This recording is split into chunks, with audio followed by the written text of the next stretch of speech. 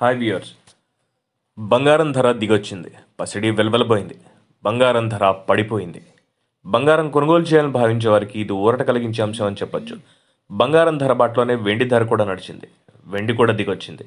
Global మార్కెట్లో పసిడి పరుగులు పెట్టిన దేశీ మార్కెట్లో బంగారం ధర తగ్గడం గమనార్హం.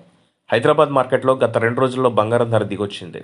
10 గ్రాముల 24 క్యారెట్ల బంగారం ధర రూ. 370 తగ్గి, అదే సమయంలో 22 క్యారెట్ల బంగారం ధర రూ. 350 పడిపోయింది. దీంతో పసిడి ధర స్వల్పంగా పైకి కదిలింది. దీంతో 24 క్యారెట్ల బంగారం 53,530కి చేరింది. అలాగే 22 క్యారెట్ల బంగారం ధర 49,070కి చేరింది. పసిడి ధర తగ్గితే వెండి కూడా అదే దారిలో నడిచింది. గత 2 రోజుల్లో కేజీ వెండి ధర దాదాపు రూ. 660 పడిపోయింది. పరిశ్రమ యూనిట్లు తయారీదారుల నుంచి డిమాండ్ మందగించినందుకు ప్రధాన కారణంగా చెప్పుకోవచ్చు. అయితే ఈ రోజు మాత్రం వెండి ధర జిగిలిమంది. దీంతో వెండి ధర 68,300కు చేరింది.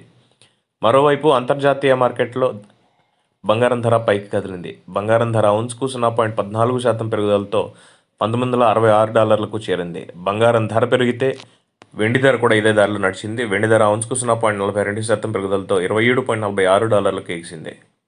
ఇకపోతే బంగారం ధరపై ప్రభావం చూపే అంశాలు చాలానే ఉన్నాయి. ద్రవ్యోల్బణం, గ్లోబల్ మార్కెట్, పసిడి ధరల్లో మార్పు, కేంద్ర బ్యాంకుల వద్ద ఉన్న బంగారం నిల్వలు, వడ్డీ రేట్లు, జ్యువెలరీ మార్కెట్, భౌగోళిక ఉద్రిక్తతలు, వాణిజ్య యుద్ధాలు వంటి పలు అంశాలు పసిడి ధరపై ప్రభావం చూపుతాయి.